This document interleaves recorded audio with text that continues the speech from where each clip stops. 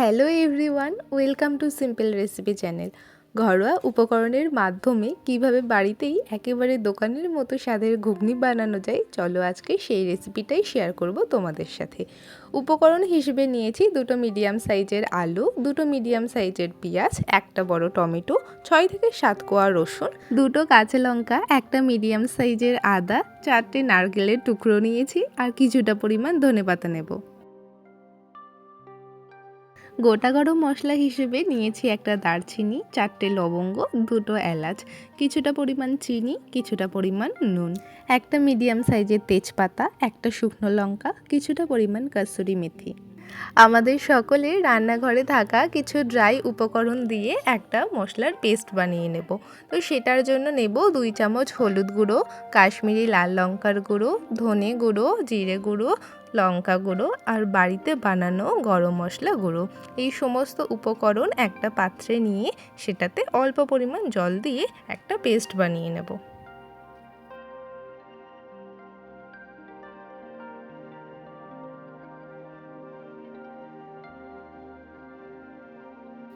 ছুরির সাহায্যে আলুর খোসা ছাড়িয়ে ছোট ছোট করে টুকরোতে কেটে নেব।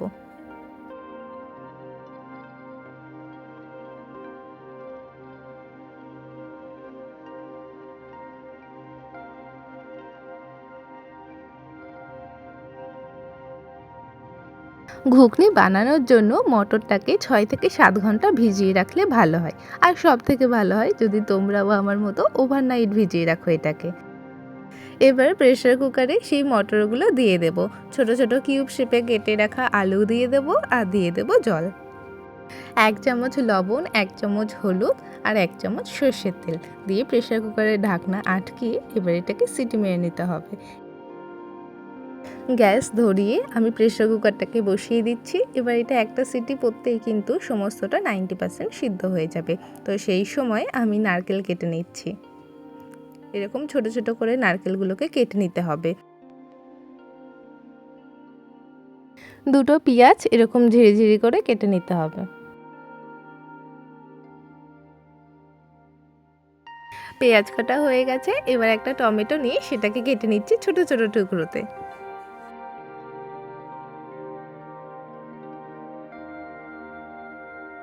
ধনেপাতাগুলোকে একদম ছোট ছোট করে কেটে নিয়েছি। ওইদিকে প্রেসারে কিন্তু একটা সিটি পড়ে গেছে। এবার প্রেসার কুকারটা ঠান্ডা হয়ে আসলে এর ভেতরটা দেখাচ্ছি। আলু আর মটর কিন্তু 90% মতো কুক হয়ে গেছে। এবার এটাকে যদি আমি হাত দিয়ে একটু প্রেস করতেই দেখো এটা কি সুন্দর সিদ্ধ হয়ে গেছে। নিচে একটা পাত্র বসিয়ে তার উপরে ঝাঁঝরির সাহায্যে আমি প্রেসার কুকারের যে এক্সেস জলটা ছিল ওটা আলাদা করে রাখবো। এটা কিন্তু রান্নায় ব্যবহার করব পরে। এবার গ্যাস ধরিয়ে কড়াই সর্ষের তেল দিয়ে দেবো। তেল গরম হয়ে আসলে ছোট ছোট করে টুকরো করে রাখা নারকেলগুলো দিয়ে দেবো। নারকেলগুলোকে কিন্তু ডিপ ফ্রাই করলে হবে না। যখন এরকম একটু হালকা ব্রাউন কালার আসা শুরু করবে তখন এটাকে তেল ছড়িয়ে একটা পাত্রে তুলে নেব। এবার ওই একই তেলে একটা শুকনো লঙ্কাকে দুটো টুকরো করে দিয়ে দেবো। একটা দারচিনি, দুটো এলাচ, 4টে লবঙ্গ আর একটা তেজপাতা দেব। এই সময় গ্যাসের ফ্লেমটাকে লো টু মিডিয়াম হিটে রাখতে হবে। একটা মিষ্টি স্মেল বেরোনো শুরু করলে আমাদের কেটে রাখা পেঁয়াজগুলো দিয়ে দিতে হবে। এবার গ্যাসের ফ্লেমটাকে মিডিয়াম টু হাইতে দিয়ে রাখবো। সামান্য পরিমাণ চিনি দিয়ে দেবো পেঁয়াজের মধ্যে যাতে একটা সুন্দর কালার চলে আসে। দেখো পেঁয়াজগুলো যখন একটু হালকা ব্রাউন কালার হয়ে আসবে তখন তাতে কেটে রাখা টমেটো দিয়ে দেবো। হাই ফ্লেমেই 2 থেকে 3 মিনিট নাড়াচাড়া করাতে টমেটো আর পেঁয়াজ নরম হয়ে আসবে। সেই সময় দিয়ে দিতে হবে আদা, রসুন, লঙ্কা বাটা। এই সমস্ত কিছু একসাথে ভালো করে মিশিয়ে নেব। 2 থেকে 3 মিনিট ভালো করে নাড়াচাড়া করে নেওয়ার পর আমরা যে ড্রাই মশলার পেস্ট বানিয়ে রেখেছিলাম সেটা দিয়ে দেব আর সব কিছু একসাথে ভালো করে মিক্সড করে নেব। মিডিয়াম টু হাই ফ্লেমে 4 থেকে 5 মিনিটের মধ্যেই মশলা থেকে খুব সুন্দর একটা তেল ছাড়া শুরু করবে। তখন এতে দিয়ে দেব আমাদের সিদ্ধ করে রাখা আলু আর মটর। এবার আলু আর মটরের সাথে মশলাটা ভালো করে মিশিয়ে নিতে হবে। এতে হাফ চামচ লবণ আর সামান্য পরিমাণ চিনি দিয়ে দেব।